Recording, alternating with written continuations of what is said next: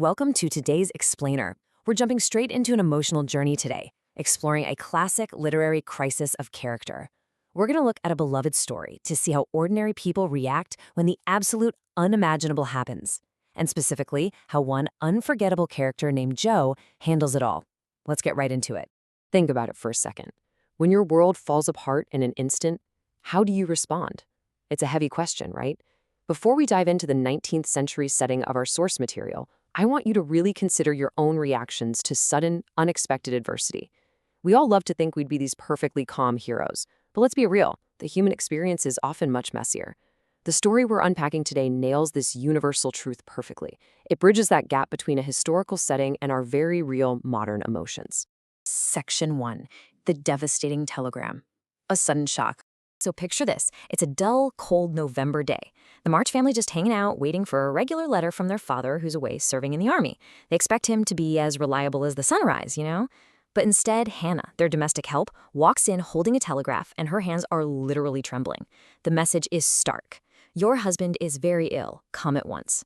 Just 2 lines. But man, in those 2 lines, the overarching problem is established and the emotional stakes are pushed to the absolute maximum. The girls suddenly feel like all the happiness and support in their lives is about to be ripped away. Just hearing the word telegraph, Mrs. March snatches the paper. She reads those 2 devastating lines and completely collapses back into her chair. Her face goes sheet white with fright. It's a totally visceral reaction. The world literally changes in a split second. You can feel the panic setting in as their neighbor Lori dashes downstairs for water while her daughters Meg and Hannah rush over to hold her up. Section 2. Springing into action. Overcoming despair. Now, what's super fascinating here is the stark contrast in how people cope. On one side, you've got pure, paralyzing despair. For several minutes, that gloomy room is filled with nothing but sobbing. They're paralyzed by grief, trying to comfort each other through tears. But then, look at Hannah. She represents absolute practicality. Instead of freezing up, the text notes, she actually composes herself, flat out declares she isn't going to waste any time crying, wipes her face on her apron, and gets straight to work. She gives Mrs. March a warm handshake and completely flips the momentum of the entire room. Because Hannah breaks that spell of despair, the rest of the community snaps to it and springs into action. Young Lori, the neighbor, is right there, insisting he can go anywhere and do anything, eagerly offering to run errands on his horse. Meanwhile, Mrs. March pulls herself together enough to scribble a quick note to Aunt March. Seeing their neighbor care so deeply really touches the family, and suddenly, this chaotic, terrifying situation starts to find some organization.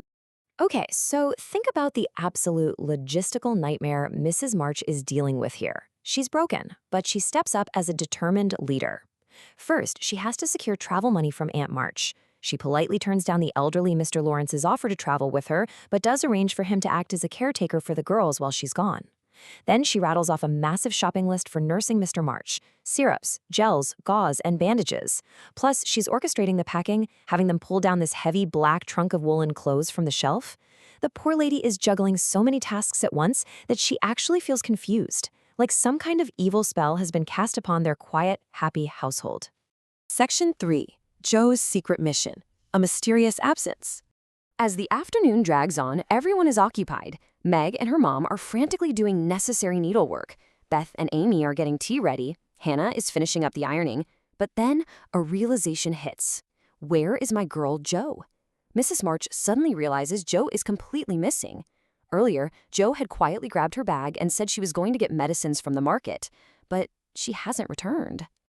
So while the family is busily prepping for the trip, hauling down that chunk just like Mrs. March ordered, Joe's absence is deeply felt. They actually get so anxious that Lori goes out searching for her. But before long, Joe just waltzes right in, and the text describes her as having this very queer expression on her face. It's a bizarre mix of fun and fear, satisfaction and regret, which puzzles her family very much. Then comes the incredible surprise. Joe walks over and lays exactly $25 right in front of her mother. With a little choke in her voice, she says, "That's my contribution towards making Father comfortable and bringing him home." Now, to put that into perspective, $25 is a massive amount of money in this context. Her mother is absolutely terrified, immediately demanding to know where on earth she got $25, hoping Joe hasn't done anything rash. Section 4. A selfless sacrifice. A shocking revelation. Jo responds with that fierce independence that really defines her character. She says, "No, it's mine, honestly. I didn't beg, borrow, or steal it. I earned it. And I don't think you'll blame me, for I only sold what was my own." See, Jo knew her mom had to borrow travel money from Aunt March, and she desperately wanted to pitch in some money for her dad. This was her wild, out-of-the-box solution. Right as she speaks those words, Jo pulls off her bonnet. And there it is. Her famously beautiful, thick, lustrous hair has been chopped incredibly short. You can practically feel the palpable shock in the room as her mother exclaims, "Your hair! Your beautiful long hair!" telling Jo there was absolutely no need for this, but that she loves her dearly for it. So how did she come up with this? Well, there's actually a highly practical logic behind this deeply emotional choice. Jo was walking down the street thinking of what she could do for her father when she passed a barber shop. She looked in the window and saw wigs with price tags on them. She spotted this one long black wig, which wasn't even as thick as her own hair, and saw it was priced at $40. That was her light bulb moment. She realized her hair had real financial value. She walked straight in and sold it. And even though her mother is worried she's going to regret it, Jo stoutly refuses. She jokes that her head feels deliciously light and cool, and she's thrilled she won't have to deal with a mane anymore. For Jo, the relief of helping her family easily outweighs losing her hair. This whole ordeal leads to such a beautiful, comforting realization from Mrs. March.